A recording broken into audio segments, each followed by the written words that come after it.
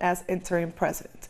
With us to discuss the latest is British journalist Dr. Marcus Papadopoulos. Doctor, thank you so much for joining us.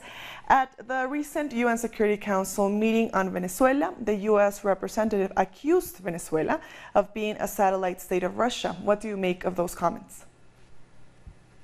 Well, that was a malicious lie told by a malicious country designed to malign a peaceful country. Under Nicolas Maduro, and indeed his predecessor, Hugo Chavez, Venezuela is a fiercely independent, sovereign country which observes an independent foreign policy. And it is that reality alone which goes a very long way in accounting for why America is trying to destroy Venezuela's independence and turn Venezuela into a client state of America. And let me tell you something about Juan Guaido. This man, who has no legal or electoral legitimacy, would be the person who, God forbid, if he ever became president of Venezuela, he would surrender Venezuela's independence to America. He would turn Venezuela into a client state of America. That is the difference between Nicolas Maduro, who is a true patriot of Venezuela, and Juan Guaido, who would give Venezuela on a golden platter to the Americans. And whilst we're talking about client states, well, I'll tell you America's most trusted and important client state in the world, my country, Britain. Now, how do you think the political crisis will play out, and what role will Russia play? Well, there are a number of crucial factors which will enable Venezuela, in my opinion, to survive this appalling act of aggression from the United States. First and foremost, the Venezuelan people are a very patriotic, a very proud people, and they are fiercely protective of their independence and their sovereignty. And they are steadfast in their opposition to Venezuela becoming a client state of America.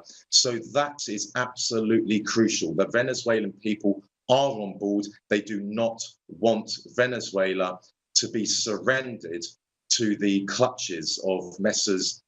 Trump and Bolton.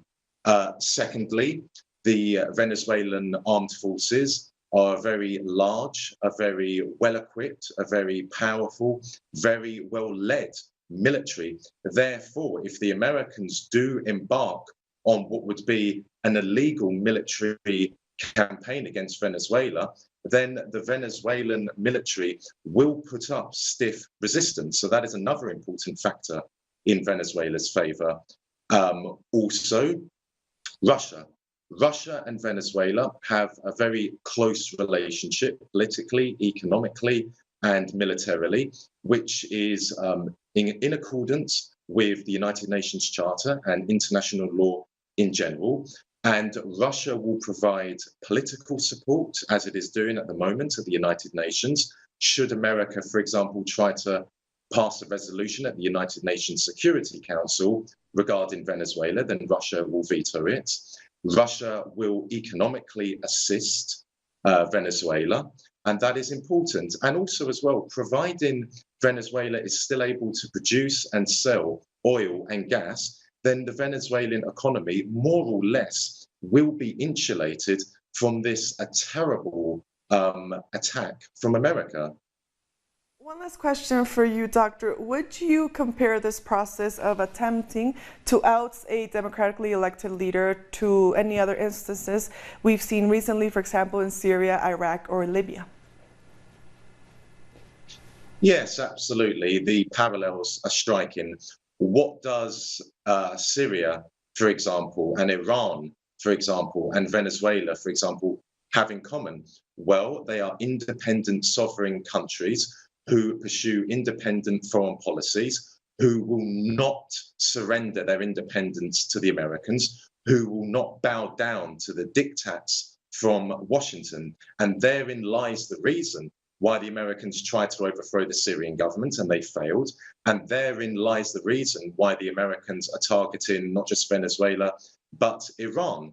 The Americans want to control Venezuela's energy sector, and they want to ensure that Russia does not have leverage in Latin America, which is traditionally America's backyard. Now, that is completely against the United Nations Charter and international law. America, in its brazen act of aggression against Venezuela, is merely demonstrating to the entire world that the US is the most criminal, the most murderous, and the most aggressive country, the most aggressive global player on the international stage. Dr. Marcus, thank you so much for your time for TeleSur.